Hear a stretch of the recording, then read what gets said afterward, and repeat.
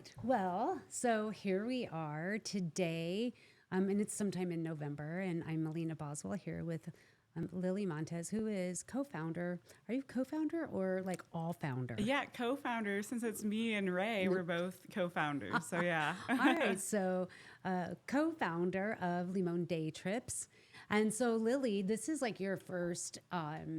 This isn't your first rodeo. This is like your first kind of startup that is going to be going off to like it's taking off like a rocket ship, right? Oh yeah, this will be the big one. This is the big one, but it's not your first. Yeah. So I think it's important for everybody to kind of get to know you and hear your story.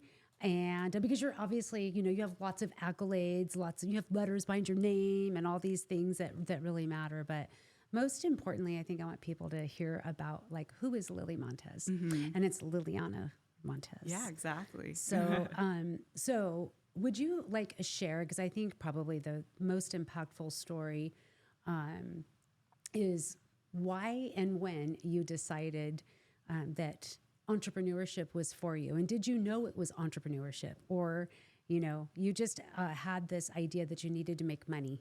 Exactly. Yeah. So it all goes back to when I was 12 years old. I played soccer and I played volleyball, and I just loved both of the sports so much. But this was around the time of the Great Recession. So this was around 2010 or so, and money was tight. And my parents were telling me, like, I just don't think we have the money for me to play both soccer and volleyball this year. But I was super determined. I was like, well, what if I make my own money? I was, feeling like a little bit of a sense of empowerment because I had just read the American Girl Doll Smart Girl's Guide to Money. And wait, so that's interesting. Yeah. So let's just double click on that for a second. So tell me about, I don't think I ever knew about that. What is that? Because I know I sent you Rich Dad, Poor Dad for Kids. Yes. Oh my gosh. So great. When you were like, I don't know, maybe 13 or something. Probably, I don't remember. yeah.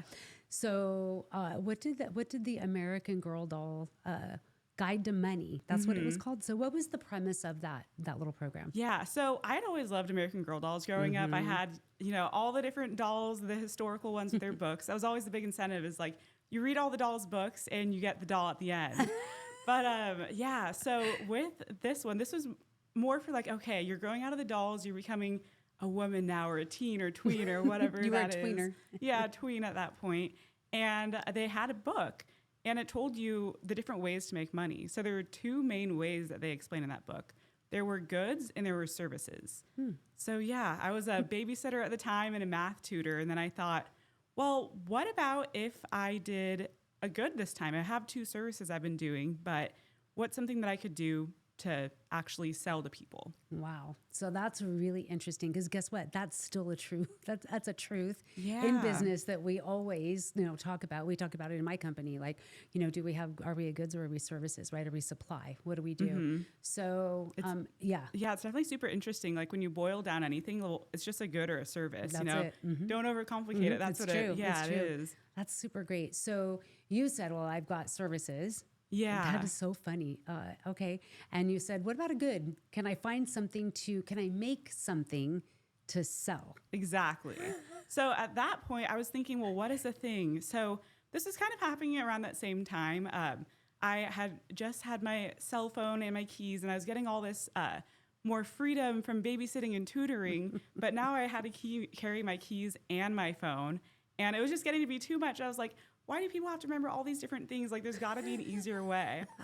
Yeah. So you were 12. 12 at the time. Right. Yeah. And so that's in what, sixth grade? Were you in sixth grade? Yeah, it was summer between like 6th and 7th grade. Okay. So Got it. But basically, it just was too much. I was like, there has to be a better way. So I got one of those big old like janitor key ring things. And that was just way too big, way too clunky. It was not a 12-year-old's ideal thing to have on your phone. For sure wasn't cool. Yeah, it wasn't cool at all. So I've always been a bit of a girly girl. So I thought, well, what if I just beat it and make it really cute? But it was still clunky because it's a janitor key ring. So I ended up taking that actually So like apart. a carabiner, that's what it was? Kind of like a carabiner Yeah, kind of something thing? like that, but it was really clunky. Yeah, So, but yeah. I saw that there was a little piece in there where you could just attach and detach something. So I was thinking, I don't want this big bulky product, but why don't I take it apart and then make it like a little sleek thing to click on and off my keys from? And then that's when I beaded it. And then that is what clicked in my head when I was thinking, oh, a good to sell. Well, a lot of people have been asking me what's been on my cell phone, this sleek thing to clip on and off your keys from your phone. Right. That was beaded, of course. So I was like, you know what? I'm going to try to sell this. So that's so good. So let's tell me about that, like that journey. So I can just imagine. So first off, you talked about it being the great financial crisis, right? Which, 2008 is really when it happened. And it's funny about the great financial crisis because some people will tell you it happened in 2007. Some people will say all the way up until 2010. And it really, I think it's because it was so personal. Because there really wasn't any American who got, or probably actually any human in the entire world that wasn't impacted by the great financial crisis. That was a very big deal. So when you ask people when it was, it's usually when they had the personal like pain. Yeah. So for you guys, it was in 2010. So you are, and your mom and dad are both working. They're, going like crazy. And I'm sure their house was upside down. Yeah. That was a very difficult time. And you're over here wanting to play every sport that is super expensive to play. Totally. You don't realize that as a kid, but looking back, it definitely is. Yeah. So you go to them and you're like, hey, I want to make this thing. And that requires money. Yeah. So they're like, okay, 12-year-old, like, if you want to make the money yourself, like, good luck. But I mean, of course, they're so supportive too. But it was definitely a big challenge that I wanted to take on to see, like, can I make this money? So at that point, I decided that little gadget on my phone, which I ended up calling the Catchy Cahoots. Catchy Cahoots. Catchy Cahoots. So where'd you come up with Catchy Cahoots? Where did that name come from? So first of all, if you think about the product itself, it has a little catch to clip on and off your keys. And then cahoots, keeping things in cahoots with each other, like the key and the phone. So Catchy Cahoots is how it evolved into that. And what did you learn in that era? We'll call it the Catchy Cahoots era. What did you learn in the Catchy Cahoots era? So this chapter was really exposing me to business for the first time. I didn't really know, what goes into it. I knew that it was exciting to have the Catchy Cahoots out there and to start making money, but I didn't realize like all that goes into putting a business together. So I really think that it sparked my entrepreneurial interest, and I wanted to learn more, and I wanted to figure out how things are done. So it was like the catalyst for just my whole entrepreneurial journey. And I realized, okay, this is something that I want to do as an adult and like learn how to progress into becoming a more experienced entrepreneur at someday, like going beyond something on a smaller scale locally. I want to be able to learn how to do it on a grand scale someday. So then you go into junior high school, and how long did the Catchy Cahoots, how long did that business stay alive? So yeah, I did this from around 12 to 15 years old. So something actually pretty pivotal happened when I was 15. So at some point when I was probably like 12 or 13, I had sent in an audition to Shark Tank, just like the application online, didn't think much of it. And then flash forward a few years later, we had heard back from Shark Tank that I had the opportunity to audition. So what a lot of people don't know is that there's actually a full process that you have to go through. You have to send this whole tape to them after you get the application, and it goes through all the different parts of your business. And you have to do like a little video pitch for them, basically. So this is like in what year? Like 2012, let's see, maybe? 15. So at 2013 then. Okay. Yeah. Okay, 2013. Okay. Yeah. So when I was doing that, I was realizing all the different moving parts and pieces that are going into this tape. And while it had been great to do Catchy Cahoots as a small business, I realized there's so much more that I have to learn if I want to take my business to the next level. And that was really a big goal of mine. I don't want to just do a small business or like some kind of lifestyle business that's cute. Like I want to do something that can actually have a massive scale someday. And so I knew that I would need to go learn more about it or go to college to do so. Yeah. So is that when you put your mind on to college? Is that when it happened for you? So one of the big things that happened for me was, this is super exciting to get this opportunity, but yeah, I'd learned that there's so much more to learn. So I decided, okay, I want to put this business on hold, go to college to learn about how to run a business, and either pursue Catchy Cahoots or something else afterwards. So did you end up going on Shark Tank, or did you decide not to, or what happened? So I didn't make it through the audition process. One of the big things that it revealed is that I have a lot to learn, especially we didn't keep track of numbers really, like the books. We knew that we had sold stuff, but we didn't really know like exactly what the numbers were or anything. And also like now I'm a first generation college graduate. So I knew that, okay, there's a lot going on this financial side, not just that too, but like the business strategy and like how you scale businesses and make them much larger than something that's just in your hometown. So I thought, okay, I definitely want to do that, but I want to put this on hold and then pursue it when I go to college, start taking all those classes and everything so I can actually learn how to run a business. Okay. So let's talk a little bit about your college era. So let's skip over to that. So tell everybody. So what school did you go to? Did you applied at different schools? So I applied to a bunch of different Cal States, a couple other different universities, and I just didn't even think twice about UCSB. I think I toured like 15 or 16 colleges just to see what my life could be like at these different places, really help with that decision. But I never even toured UCSB because I thought, oh, that's just out of the picture. So why I'll apply, but I'm not going to dream about it. So when I was trying to decide between a couple different schools, and I wasn't really sure which one or the other. It was going to be a tough decision, but then all of a sudden, out of nowhere, at the last minute, the UC applications come in way later than the rest of them. Turns out I got in. And I was like, what? Like, I literally didn't even believe it at first. I was like, this is crazy. So it turns out you got into UC Santa Barbara. Would you just share, because I happen to know about what your essay looked like, right? Because it was just such a beautiful thing that you wrote. And thank you. So why don't you share a little bit about like what was give us the outline or the cliff notes or whatever. Yeah. So the big theme with that is overcoming fear. So as a child, I had a bunch of different fears and phobias that had really stuck with me. And it took me a while to get over them all. The last lingering one was this fear of dogs that I had. And again, remember, phobias are different than just fear, because fear is like, oh, somebody's attacking me. That's a scary response. Of course, you're going to be scared. But phobias are like, unrealistic, I guess, or like it doesn't make sense logically of what they are. So I had a bunch of phobias. So I had eventually gotten some outside help with it too. Right. So what were some of the other phobias? Because I think that's a really big thing. You know, you were really, really blessed because you had parents who were like committed to your growth and totally not just laying down and like, oh, she's afraid of dogs. But there was no reason to be afraid of a dog because you didn't have a dog and you'd never been attacked by a dog. You hadn't had like a scary experience. Yeah. So tell us about what other phobias did you have? Yeah, there were like clowns, lightning, tunnels. Like, I don't know. There's so many, especially when I was younger too. And then like eventually I got over more and more fears. I actually went to this fear doctor and learned a lot of the tools and the skill sets. But one of the biggest game changers for me was learning about exposure therapy. So basically, what you do in exposure therapy is you're exposed to some form of the fear. So like for dogs, for example, I literally started off with looking at a stuffed animal of a dog, and they ask you like on a scale of 1 to 10, like how comfortable or uncomfortable are you? So it's good to be like slightly uncomfortable, but not actually totally scared of something.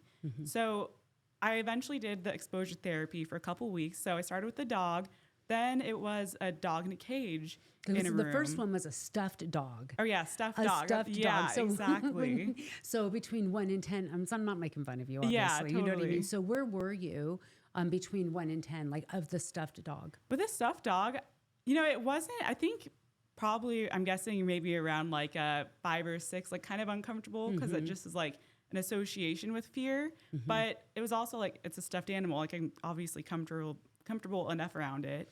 Yeah. So then you get to the next step, which is like learning about dogs or like reading about them too. And then it like progresses. So then there's like a real dog in a cage. And then, yeah, you like progress up. Then it's, oh, there's the dog like running around. And then you pet the dog and everything. So it's like slowly but surely you take each of those steps. So the big thing that I learned from that was that you can get over any fear. It's just a matter of taking the steps and putting yourself in slightly uncomfortable situations to help you level up to the next step. So that was a skill set that I carry even to this day. Like you got to be at least a little bit uncomfortable when you're doing things in order to grow and learn. So yeah, so good. So you feel like you've been able to apply that theory to all kinds of things in your life. Yeah. So like with Catchy Cahoots, for example, I thought, okay, this is kind of frustrating that I'm going to have to make all this money to play my 2 favorite sports. But you know what? I applied that same knowledge of this is just a matter of taking the steps to do it what are the steps or what are the different ways that I can make money? Like, it's not like, oh, I just can't play soccer and volleyball. It's more a matter of, okay, well, how? What am I going to have to do in order to play soccer and volleyball? I love that. And that's super good because when you went through the phobic dog situation, you were how old? So that was up until I was like 11 years old. Okay. So basically, the last lingering one was dogs up to that point. And when I had conquered that fear, that's when I started basically applying like that exposure therapy mindset to other parts of my life. So then you kind of see that timeline too, like 11, that happened. And then 12, I invented Catchy Cahoots. It was like, okay, I don't have another fear to overcome. So now I'm starting to do it like in other parts of my life. Like, okay, I want to pursue this thing. Let's take the steps to do so. Or like run for class office. I'm going to put myself in this situation and just go for the big goals that I have. That's so amazing. It's Thanks. so really, really amazing. So tell us about what it was like at UC Santa Barbara. It was amazing. It was seriously like the best 4 years ever. I think one of the big things is that it was really refreshing to be around so many other individuals that are inspired and motivated to achieve their dreams too. So one of the things that was really pivotal for me was joining the co-ed entrepreneurship fraternity there. It's called Sigma Eta Pi. And it was a great experience because of what me and the other early members made it to be. So when I joined Sigma Eta Pi, it was super small. There's only like 10 members or so. They had just founded it the year before. So being a part of it so early on, I got to help shape and make the organization grow much bigger throughout my time at UCSB. So it was kind of like my own startup within UCSB too. Yeah. And you were super comfortable with that. Oh, absolutely. As it turns out. I love that so much. I ended up being the VP there and like just met so many other ambitious and motivated people. And it was really great to be in an environment where other people had the same goals and aspirations that I did too. Mm-hmm. I was just thinking about you like in high school. So you ran you were in the student body, right? So you're in the leadership and pretty much everything. You're the captain of the volleyball team. You're just leadership. And, you know, in your school, you went to school in Northern California, pretty small school. Yeah. Yeah. Like how many people were in your graduating There's class? like, I think like 500 or so. So it's not too small. yeah, you know, like most of the people, but yeah, it's nice to have that sense of community too, but Yeah. I felt like I also wanted to go somewhere much bigger. Like there's so much more of the world to see, and I want to be somewhere where I'm inspired by the other people around me too. Yeah, I was just going to contrast that with what your fraternity was like because you were the only woman, right? You were the only I wasn't girl? the only woman. You weren't the only girl. There were a handful of women. Oh, there was. Yeah. Why Yeah. did I think? I thought you were the only one. But yeah, there's definitely more men in it than women. I'd say probably like 75-25. But I think like there were a decent amount of women in there too. So it was nice. Like it felt like there was that sense of community. It wasn't like I was the only girl. But maybe you're thinking about when I was on the board. I think Maybe that that's was what the it only was. girl in that one. Maybe that's what it was because I Yeah. feel like that's what you've just done, like over and over. And it's you just whatever it is, you just like, well, how do I get there? What's the next step that I need to take? And then Yeah. you just jump up and take the step. And I think it's so interesting that you can tie it back to something that you had a phobia of, which is an unrealistic fear of something, Yeah. right? That isn't based in any kind of reality. Yeah. So like the big thing with that too is it's totally a physiological response. Like you ask me logically about it and I'd be like, yeah, I don't know why I have this. It's so silly. But like it's your body's response. So you need to have your body adjust to it over time. Yeah. And you actually took control with your mind. Yeah, exactly. So the big thing with that too is just, again, like exposure therapy, your mind gets used to it and then you're able to take on bigger and bigger fears because none of them seems like they're too overwhelming. That's so interesting. You know, you probably do like have this idea in your head, well, I'm not going to die from this. Yeah, definitely. That's pretty much it, right? It's like if you can get through that, you can get through anything. Totally. So, so when you were in UC Santa Barbara, give us some of the things that you did. Like, what were some of your best accomplishments at UC Santa Barbara? So, well, yeah, Sigma Eta Pi was a big one, but I also got really into the whole startup scene out there too. So my brother and I, we did the new venture competition together and different startup weekends and just anything that we could get hands-on experience in the startup world. I knew that getting into the entrepreneurship fraternity, that obviously, like when I was a girl, the whole goal is to have my own startup someday. Yes. But also I know that you have to go through a lot of ideas or meet the right people and like put yourself in those environments before it'll happen. So that's what I was really trying to do, almost like exposure therapy for startups. Like I had to just keep going in those different competitions and see what happens. So what were some of the ideas that you had? Yeah. So one of them, I had an idea for this fashion app. And because, I like to put cute outfits together and everything. But the interesting thing that I found from that was it wasn't the girls that really wanted a fashion app. It was the guys to make it super easy for them. Oh, that's interesting. Yeah. So in this whole startup weekend, they have you just go out into the public. So we're walking down State Street in Santa Barbara, talking to random strangers about like what problems they have within fashion and all that. So we started talking with the girls, and they're like, well, I really like the whole process of putting together an outfit. Like, I find that enjoyable. But all the guys hated that process. They're like, somebody just give me something. So eventually it ended up being an idea for an app that makes it super easy for guys to put together outfits. Got it. So that was one of the ideas. Another one, well, I guess this is kind of like what eventually evolved into what I was doing now, but I have always loved putting together videos. I did a lot of studio broadcasting back in high school too. And I took a video series idea into a startup competition. So what this was, I called it Hotspot. Started when I was back in high school too. I would show people the best places to explore around my suburban hometown of Livermore. And people would always complain that there's nothing to do out there. But basically, I just wanted to show that there's so much to do if you just look around. So with that, once I got to UCSB, I thought, you know what? I want to start this video series up again. I really enjoyed that. Who knows where it'll take me? I know one thing that I learned from being in the entrepreneurship fraternity is that your first idea is never your last idea, but you just need to get started and see how things pivot eventually. So I took that video series idea that I was doing on my own at this point into the new venture competition at UCSB. And that's when that process of evolving the idea started beginning. Got it. So, I mean, Hotspot.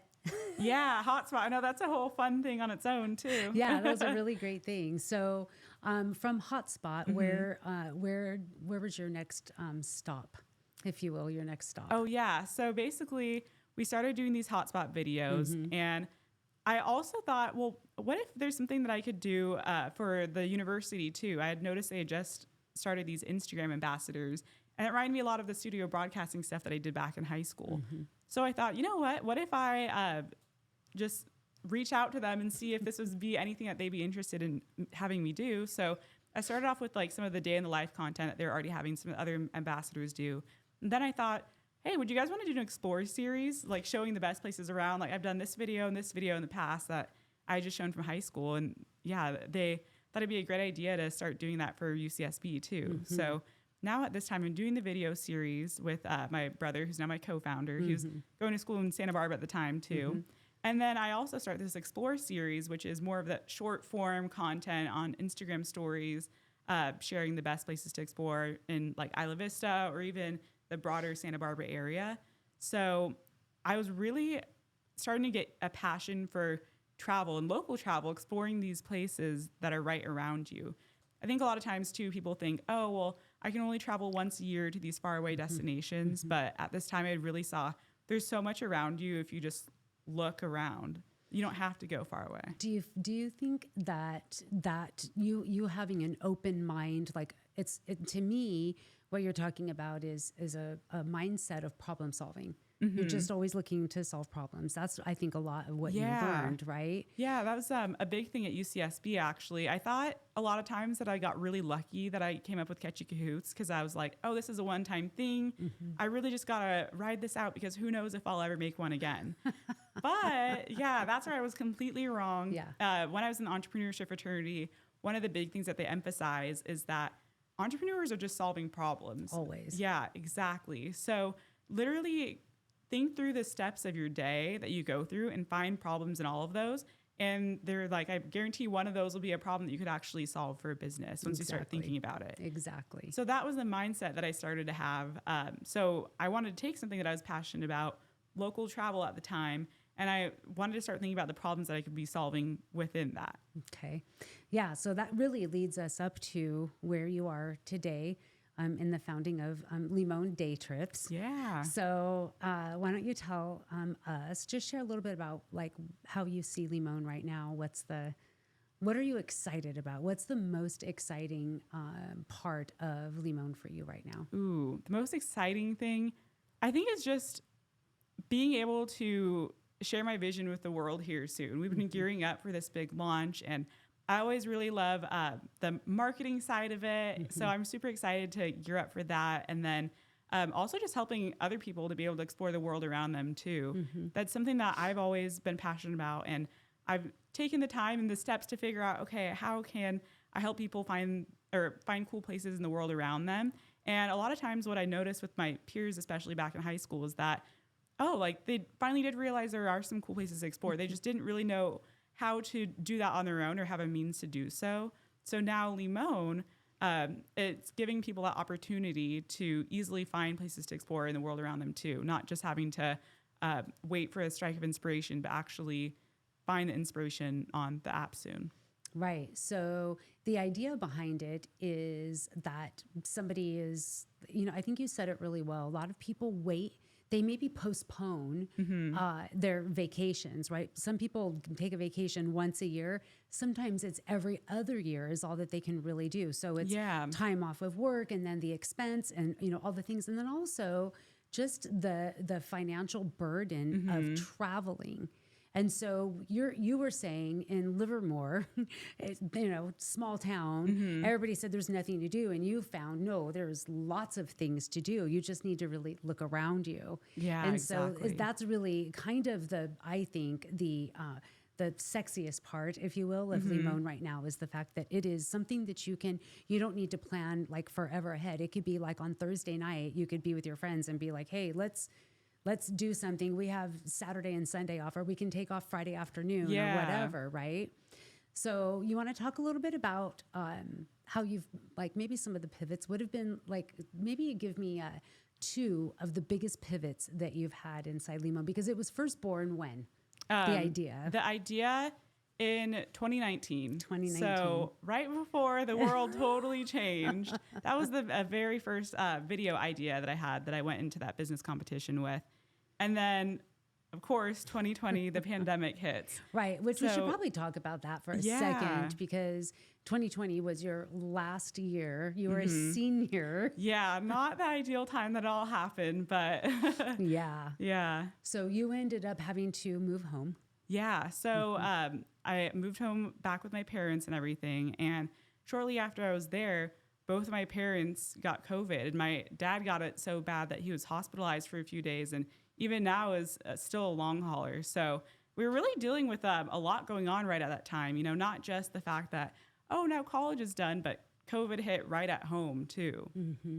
And so that was pretty devastating. Yeah. So that was a really scary time for us all. We didn't know what was going to happen next. And so even though this was also happening to my dad, my mom also had it. I was staying at home, taking care of them both when this is all going on. So the whole world was changing. It was just the worst chapter ever, just because, I was worried if my dad was even going to make it out after. So it's kind of like going through the motions for a little bit there, trying to take care of them and everything. So I still knew that, sometime I want to do a business, but I have to really just think about what's going on here with my family right now and take care of them. So, at that point, we were just trying to get through that. But we knew that the light at the end of the tunnel, or that bright star that can keep us forward, is getting a business up and going. And that can be like the opportunity to get to a better path. So that was always like the guiding light in all of the darkness that was going on. So now Ray moves home. Yeah. Right? Because the world shuts down. So your parents, when you went off to college, Ray, you both go off to college, and your parents, they get rid of their home up in Livermore. They decide to move to Southern California. Yeah. So we move in close to each other down in Huntington Beach and do a 2-bedroom, 2-bath, which would be fine for you to visit because, right? But yeah, it's been an interesting thing too. So there's all 4 of us in the 2-bedroom house. It's like the ultimate founder scrappy journey. Yeah. So you guys during 2020, there's like a lot happening for you, right? So you're super worried about your dad's health, your mom's health, physically and then emotionally, because it was very hard on all of you. But for you, somehow, Lily, you're always thinking you've got this like thing going on. Yeah, exactly. It's like it could be easy to get stuck in all the sadness and hard times. And obviously, you go through the emotions at the time, like you give yourself that space to do that.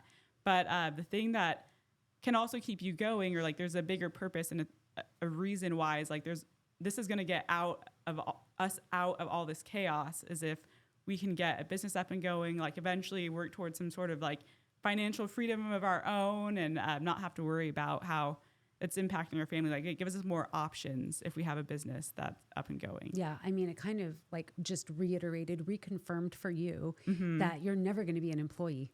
Yeah, I imagine, exactly. right? Because you watched what happened with your dad, right? Yeah. Super good employee, loyal, hardworking man his entire life. And then an illness takes place and he's out, and like really nothing he can do, nothing anybody can do. Yeah, exactly. So, I mean, that's always been the big goal too, is to be an entrepreneur, but this really solidified that, like, okay, that is the only way out to actually build wealth, and not just, start getting a job just because I need quick money or anything. But if I want a better future for our entire family, like we need to do something that can get us to that next level. Mm-hmm. Yeah. So is that what financial freedom would be for you? Yeah, I mean, I guess that would be in a way, like not having to worry about the burdens of the day to day or what's going on with the sickness, like being able to afford everything that we would need to, while also being able to achieve our goals too. Yeah. It's a funny thing about entrepreneurs, because I'm an entrepreneur. So we always have this itch. Like no matter what, we actually can never get rid of the itch. Yeah. We're always going to scratch it. And like only other entrepreneurs really understand. Yeah. And I think it's funny too, when people are like, oh, well, what's that milestone that's going to make you happy, or that like, when are you going to be there? It's like, well, what they don't understand is that there's growth in the entire journey. And it's the journey that, you challenge yourself, you see what you're capable of, you fail, but then other times you do great. And it's just like what you learn from all the obstacles and overcoming them, and like showing up for yourself. Like that's what it is. It's not like when I get this many dollars, or when I get, this one thing. You're always learning, always growing. So in the last, let's just say since 2020, right? When the pandemic hit your home. So I think it's interesting. You had a couple of very big world events that dramatically impacted you and kind of catapulted you into a place. Like, your first world event, which was a world event, was the Great Financial Crisis. Yeah. Right? That catapulted you. You immediately went into problem solving mode. And now the second huge world event is the pandemic. And you definitely could have been the person who just curled up into a little ball and said, like, this is horrible. And frankly, you could have just gone and get a job. You go get a job anywhere, right? You were a college graduate from UC Santa Barbara, highly coveted, I'm sure. You could go get a job anywhere. But instead, you decided to stay home, take care of your parents, live in a 2-bedroom. And I know you were leaving meals at their door. I know. Oh, yeah. Yeah. Like when they were both sick, I would make a meal for both of them, knock on their door, and then run away because I did not obviously want to get COVID. And at that time, we had no idea what the contagion was, right? We didn't know. So it was so early on, because it was, like end of June, early July 2020. So they're the first people that I even knew that had COVID. Yeah. So there's like a big question mark as to like what is going to happen with COVID and pandemic and everything. Yeah, we had no idea. So I think it says a lot about you. And I just think that it's for me, it's evident that entrepreneurship is something that is just like deep seated inside of us, that we're always going to be the person who finds the solution to the problem, not ever run away from the problem. So you, what would you say? I mean, was there times from like, let's say the pandemic, when your mom and dad got sick and then continuing to build, like it must have been super weird to think I'm going to keep on working toward building something while kind of your whole world around you is falling apart. So what would you say, was there any time you wanted to quit? Well, it was never about like quitting, but there's definitely times where I needed to recalibrate, I think is a good way of putting it. So my whole life, I've always been a super hard worker, and like it served me well with like catchy cahoots and like getting into college and all that. But one thing that I thought was really interesting was that during the pandemic, things were changing so much, and I was trying as hard as I can with things, like I always do, but the results weren't quite there at that point. So another thing that happened as a result of the pandemic and the world shifting and everything is that we were preparing for a pre-seed round for our startup, and it happened around the time when like Silicon Valley Bank was collapsing. Of course, I'm like, this is perfect timing. It was within that same month that had all happened that we decided that we were about to start pre-seed. And it's not like we decided we were going to start pre-seed. It's like you got to prepare at least like 3 months before when you're doing a pre-seed round. Right. So we were already in that process. So we were like, all right, we're so excited to go. And then this happens. And at first, my mentality that I've always had is like, oh, well, this is just like a problem that I need to solve. We need to get through. Like, let's just take the steps and like do all these pitches and stuff. And I think this is interesting too, in the mindset that has shifted for me is that right out of college, I thought, well, whatever I need to do to make something happen, I'll make it happen. Like, I'll work as like the entire day if I need to. I'll like do this or do that. Like, whatever it is, I'll just make it happen. But what I realized is that my own well-being was starting to be really tough. Like that mental health aspect of like, just pushing yourself to the limit every day gets exhausting. And I was feeling a little bit of that sense of burnout at that time too, because all the VCs are saying like, oh, this sounds great, but come back to us when you have like 1,000 users and revenue and all this traction. Like the game had changed in the whole startup world where it wasn't just about having a solid deck and a team behind it, but now you need not just the app actually out in the market, but like all this revenue and traction that didn't necessarily need before. Right. So big change. Yeah, huge change. So being at that point, I had to really evaluate what we wanted to do with the startup and what I wanted to do for my own well-being too, to make sure that I'm at a better pace and not just like overworking myself to the point of being sick or like not taking care of my own self. So at that point we decided, you know what, let's see if we can think of a scrappy way to get the app up and going and like just do that with our own team rather than trying to get this venture funding here. So we took that step back and we've really been in stealth mode like this last year or so to make the pivots necessary too. Like when we were pitching the other idea, this is a common like rookie mistake in the startup world too, where it's like you're trying to be the all-in-one platform for everyone. Mm-hmm. So within day trips, we were trying to be the place where you find inspiration on social media and you plan and you collaborate with your friends and you have this dashboard about your travel. Like it was just, we were trying to solve all the problems. So we didn't really have one problem that would really stand out. So at that point too, when I was starting to feel a bit of that burnout was when we decided, okay, what's one unique problem that we can solve that is really stand out and that isn't being out there in the market right now? So you feel like you kind of came up with a solution to a problem. What was the one problem that you felt like you needed to solve? What was the one thing? After all the different pivots that we had gone to, every time that we pivoted, the same core was always true, that people want to find places to explore from people that they trust, but that's hard to do so. They didn't really have a place where they can find it all. Like everything right now is so scattered. Like you go to one social media platform or the other, but there's not one place where you can specifically go for travels. So if you're on Instagram or Facebook, you know, your friends are gonna be posting about other things. They're not gonna be posting about their trips all the time. And sometimes people don't really want to post all of their travels on Instagram. Like, yeah, a close friend of mine, actually, she's pretty active on Instagram, but she always just dumps her travel photos in a Facebook album that nobody ever looks at. But I think that there's so many interesting stories that people have from their travels. It's not just about, oh, I went here, here, and here. Like social media right now, you hop on and you see people's photos of them at different places, but you don't really have any context as to what happened or the interesting experiences that they went through. So now we want to offer a place for people to authentically be able to share their travel experiences. Like, what are the highs and lows, or what's that crazy moment that happened, or just what are those core memories or really interesting moments that stand out to you that you want to share?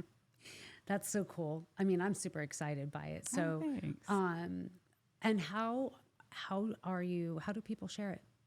So are we talking about that, or are we keeping it top secret still? We're definitely talking about it. Yeah. Okay, let me hear then. Let me hear. So yeah, I don't think I've mentioned it yet, but you're going to be doing it through audio. So kind of like we're doing right now, or actually much easier than that, really.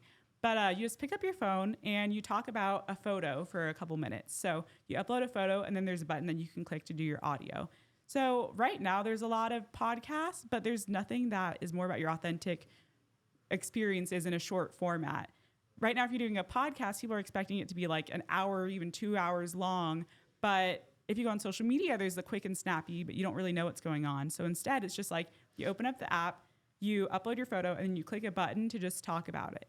Yeah, that is like, to me, it's a big disruption. Oh, thanks. Yeah. I think it's like a real disruption in the market. Yeah. Because there's nothing like that out right now. Yeah, exactly. Like even short form audio too. It's not something that's been largely explored. So I'm really excited to be able to pair that with travels too, because I think people have so much to say about these experiences, but they just don't have an easy way to do that. Yeah, where it's just that. It's super like niche. It's like, this is like, I want to travel, so I'm going to know if I'm looking to go somewhere, I'm going to go to Limon, because that's what I'm going to be doing only for that there. And yeah, it makes it easier too for friends to be able to share their travel recommendations with each other. So now instead of scrolling through my friend's Instagram, like, oh, I think they went here a while back. Exactly. You can just be like, oh, well, let me check their Limon account and see like where the last place that they went was. Yeah, I think that's really, really exciting. And also because like our friends, you know, on social, they're not, you know, you might know them, but isn't the, like, you're probably not going to call them up and go, oh, could you tell me all about your trip to, you know, wherever you went? Exactly. And give me all the details, you know. Like I could see with like an acquaintance where it's like you follow each other, but you're not going to be asking for all their travel recommendations. Yeah. Like now you can just go to Limon. A lot easier that way. Exactly.